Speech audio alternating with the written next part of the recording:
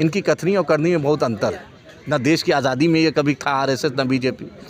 ना आप इंसानियत के मामले में आप पाइएगा कि डबल स्टैंडर्ड रहता है। मोदी जी कभी ट्वीट उधर करते हैं, फिर सामान इधर भेजते हैं, फिर यूएनओ में वोट के वक्त हट जाते हैं। भारत की पॉलिसी, भारत तो अमन का मरकज़ रहा है। भारत तो हिंदुस्तान पूरी दुनिया को मैसेज किया है। स्वामी विवेकानंद का नाम ले लीजिए, गुरु गोविंद जी महाराज का नाम ले लीजिए, लॉर्ड महावीरा का नाम ले लीजिए, लॉर्ड बुद्धा का नाम ले लीजिए। भारत सिर्फ एक किसी आदमी से नहीं बना। भारत का मतलब है गुलदस्ता है, फूल है, हरा भी, पीला भी, ब्लू भी, नीला भी, गुलाब भी, चमेली भी, जूही भी, यही भारत है। इन लोग को नहीं पता, इन लोग एक रंग में चाहते हैं। ये नहीं पता है कि हर 50 किलोमीटर दूर पर भारत की भाषा बदलती है, वेशभूषा बदलती है, खान पान बदलता है। यही भारत है। भारत का मतलब ही यही है, खूबसूरती, गुलदस्ता। कंट्रोवर्सी चल रहा है फ़लस्तीन और इसराइल को लेकर के। कुछ लोग फ़लस्तीन के समर्थन में हैं, कुछ लोग इसराइल के समर्थन में, जबकि हिंदुस्तान की जो पॉलिसी है, जो हुकूमत है, वो फ़लस्तीन के साथ खड़ा है। क्या कहना चाहिए? देखिए, देश फ़िलिस्तीन के साथ खड़ा है, देश इंसानियत के साथ खड़ा है, देश मजलूमों के साथ खड़ा है। कुछ लोग तो रहते हैं धान में पितानी होता ही है, कुछ तो नाथूराम गोडसे के मानने वाले हैं। क्या कीजिएगा, उनको जब आँख में पट्टी है, आँख बंद है तो दिन भी रात है। इसमें क्या कसूर आफ्ताब का?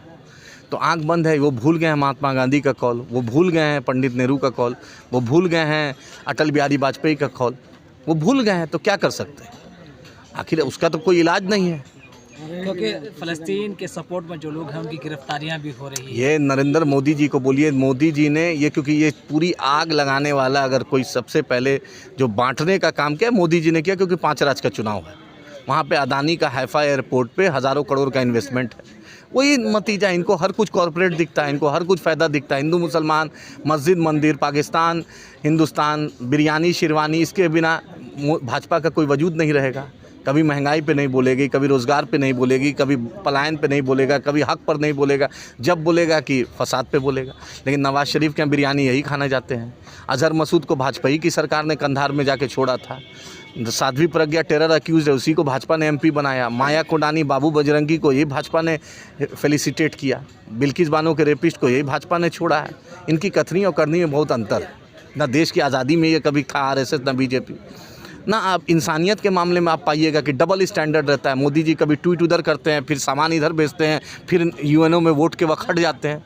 भारत की पॉलिसी, भारत तो अमन का मरकज़ रहा है। भारत तो हिंदुस्तान पूरी दुनिया को मैसेज किया है। स्वामी विवेकानंद का नाम ले लीजिए, गुरु गोविंद जी महाराज का नाम ले लीजिए, लॉर्ड महावीरा का नाम ले लीजिए, लॉर्ड बुद्धा का नाम ले लीजिए। भारत सिर्फ एक किसी आदमी से नहीं बना। भारत का मतलब है गुलदस्ता है, फूल है, हरा भी, पीला भी, ब्लू भी, नीला भी, गुलाब भी, चमेली भी, जूही भी, यही भारत है।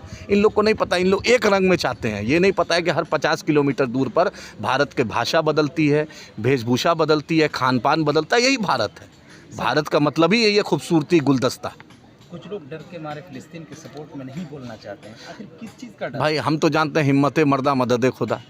अब जो नहीं बोलना चाहते हैं तो उनको बोली तो हम नहीं दे सकते हैं, लेकिन हक रहता है। अंग्रेज़ के खिलाफ भी महात्मा गांधी के साथ बड़े लोग नहीं थे, कमज़ोर लोग थे, तो देश आज़ाद कमज़ोर लोग ने कराया। देश आज़ाद जब तहरीक ऊपर चली गई तब फिर बड़े लोग जुड़े हैं।